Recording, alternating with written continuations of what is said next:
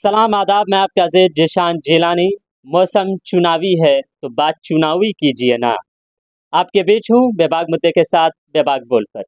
Lok Sabha election दिन ब दिन करीब होता ही जा रहा है, माहौल गर्म होता ही जा रहा है।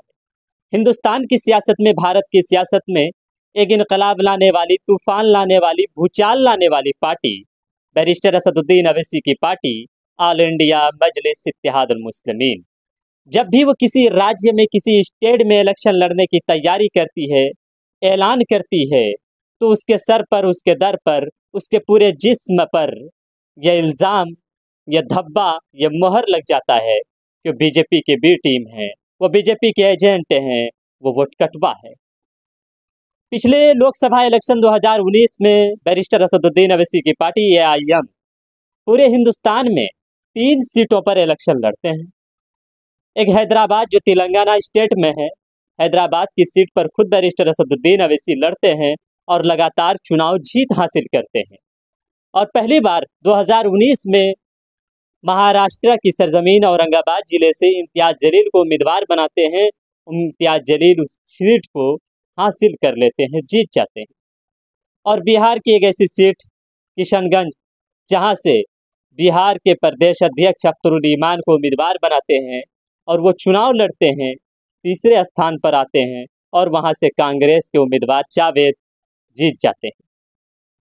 सवाल सबसे बड़ा ये कि बिहार में 40 सीटों में से RJD, कांग्रेस, महागठबंधन पूरी की पूरी सीटें क्यों हार गई? सिर्फ और सिर्फ किशनगंज में कांग्रेस की जीत हुई, जहां से MIM के उम्मीदवार अख्तरुल ईमान खड़े थे। और भी बहुत सारी पार्टियां जो उत्तर प्रदेश से, तेलंगाना से, बंगाल से, पूरे हिंदुस्तान से इलेक्शन लड़ रही थी, वो सब क्यों हार गए? उत्तर प्रदेश कांग्रेस हार जाती है, बिहार हार जाती है और सब स्टेट में हार जाती है, तो वहां वोट कटवा कौन होता है? बीजेपी के एजेंट कौन होता है? आम आदमी पार्टी अरविंद केजरीवाल लड़ जाए, NCP के शरद पवार लड़े, अजित पवार लड़े, भीम आर्मी के चंद्रशेखर आज़ाद लड़े, जन अधिकार पार्टी के पप्पू यादव लड़े, मुकेश सहनी लड़े, उपेंद्र कुशवाहा लड़े, हर कोई पार्टी को अपनी पार्टी बनाए, आसमान की बुलंदियों पे ले जाए और अपनी जाति की बात करे, उसकी उन्नति के लिए, उसकी उत्थान की बात करे। राजनीति कुशवाहा की होगी, राजनीति यादव की होगी, ब्राह्मणवाद की, ठाकुरवाद की होगी। हर समाज की जब राजनीति हो सकती है, तो क्या मुसलमानों की राजनीति करना गुनाह है? मुसलमानों की बात करना गुनाह है? मुसलमानों को पार्टी बनाना गुनाह है? इसके ऊपर ये इल्ज़ाम आता है MIM के, वो बीजेपी के बी टीम है, वो वोट कटवा है, बीजेपी के एजेंट हैं, वो बीजेपी के लिए काम करते हैं। तो MIM के लोगों का पलटवार होता है कि भैया हम बीजेपी को हराने के लिए आपके साथ आने को तैयार हैं, आप अपने साथ ले लीजिए, अपने गठबंधन में शामिल कर लीजिए। लेकिन ये महागठबंधन की पार्टियां किसी भी मुस्लिम पार्टियों को अपने गठबंधन में शामिल करने के बजाय उसके ऊपर ये इल्ज़ाम लगाती है कि बीजेपी के बी टीम। इन नाम नेहाद सेकुलर पार्टियों को सिर्फ मुस्लिम वोट चाहिए, मुस्लिम पार्टी से कोई रिश्ता नाता नहीं, मुसलमानों को अपना गुलाम बनाए रखना चाहती है।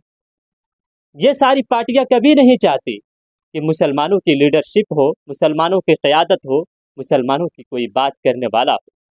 बैरिस्टर असदुद्दीन अवैसी जब ये कहता है कि अब बात बराबरी की होगी, बात हिस्सेदारी की होगी, तो उसके ऊपर ये इल्ज़ाम कि बीजेपी के एजेंट हैं, बीजेपी के बी टीम है। राजनीति अगर लालू यादव यादव की करे तो कोई बात नहीं, मुकेश सहनी सहनी की करे कोई बात नहीं, नीतीश कुमार कुर्मी की करे और सब लोगों की करे, हर कोई किसी न किसी की बात करे तो कोई बात नहीं। लेकिन कोई मुसलमान मुसलमान की बात करे तो बीजेपी के एजेंट वोट कटवा, ऐसे जैसे लगता हो कि वह सब आसमान से उतारे गए। मुसलमानों, आपको होश के नाखून लेना पड़ेगा, आपको समझना पड़ेगा, सियासत में आपको हिस्सेदार बनना पड़ेगा। अगर आज आपने नहीं सोचा तो आपके लिए कोई नहीं सोचेगा। बस समझते जाइए, चैनल को सब्सक्राइब कीजिए, फेसबुक पर है तो पेज को फॉलो कीजिए। मैं आपका अज़ीज़ ज़ीशान जिलानी, फिर मिलेंगे किसी और मुद्दे के साथ, बेबाक बोल पर बेबाक अंदाज के साथ। जय हिंद, जय भारत, जय पूर्णिया, जय सीमांचल, जय बिहार।